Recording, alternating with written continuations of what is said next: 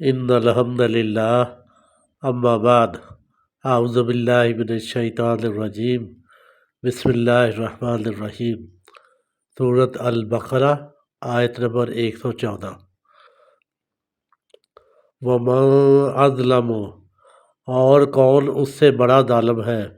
ممن منع، جو روکے، مساجد اللہ، اللہ کی مسجد میں آنے سے، ان یذکر،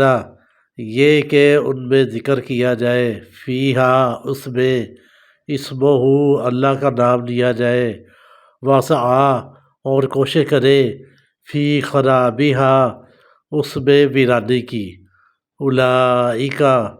یہی وہ لوگ ہیں، ما کان لہم، نہ تھا واسطے ان کے، ان یدخلوہا، کہ وہ داخل ہوتے اس میں،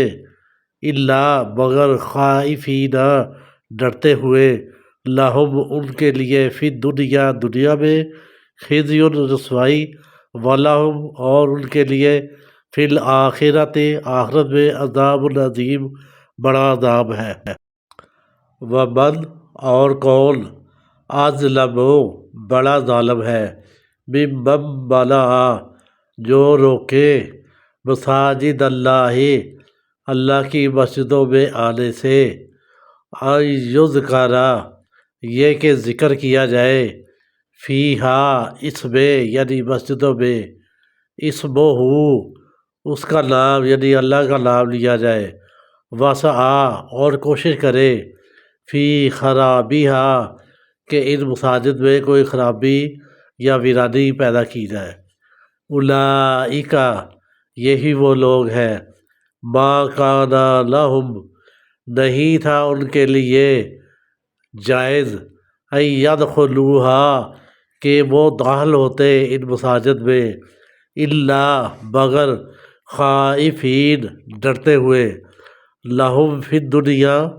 ان کے لیے دنیا میں، خزی، رسوائی ہے، ولہم، اور واسطے ان کے، فی الآخرۃ، آخرت میں، عذاب عظیم، عذاب ہے بہت بڑا۔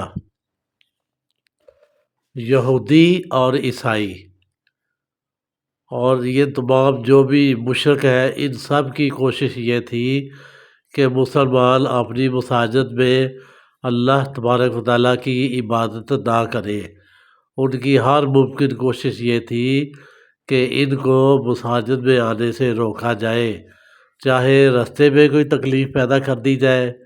یا طاقت کے بل پر ان کو روک دیا جائے۔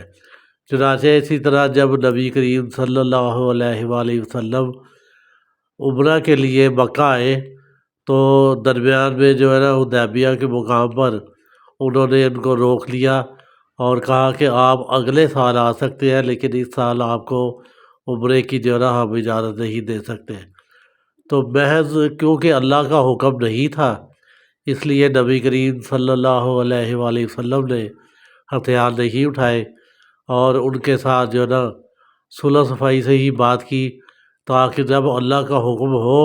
تو پھر زور بازو سے ان سے جو ہے نا وہ نمٹ لیا جائے۔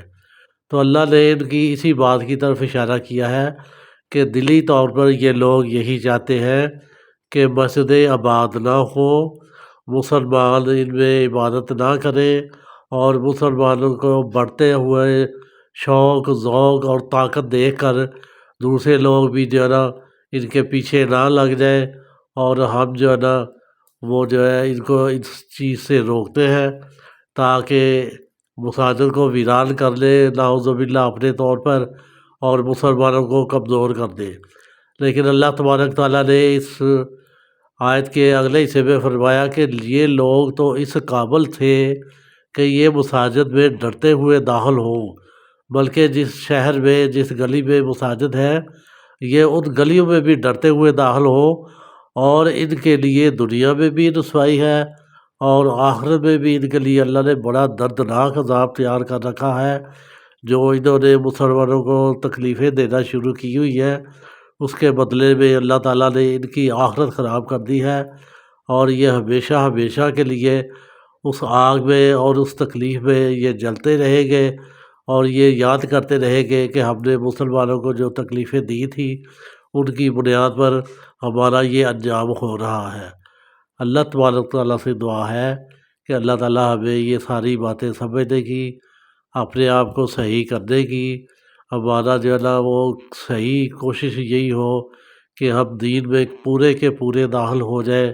ہم اسلام کو اچھے طریقے سے قبول کریں اور اس پر عمل کریں۔ دعاؤں میں یاد رکھیں، جو اچھی بات آپ کو لگتی ہے اس کو آگے پہنچائیں، آپ کے لیے، میرے لیے اور ہم سب کے لیے صدقہ جاریہ ہوگا، اور اسی سے ہماری نجات ہوگی انشاءاللہ۔ السلام علیکم ورحمۃ اللہ۔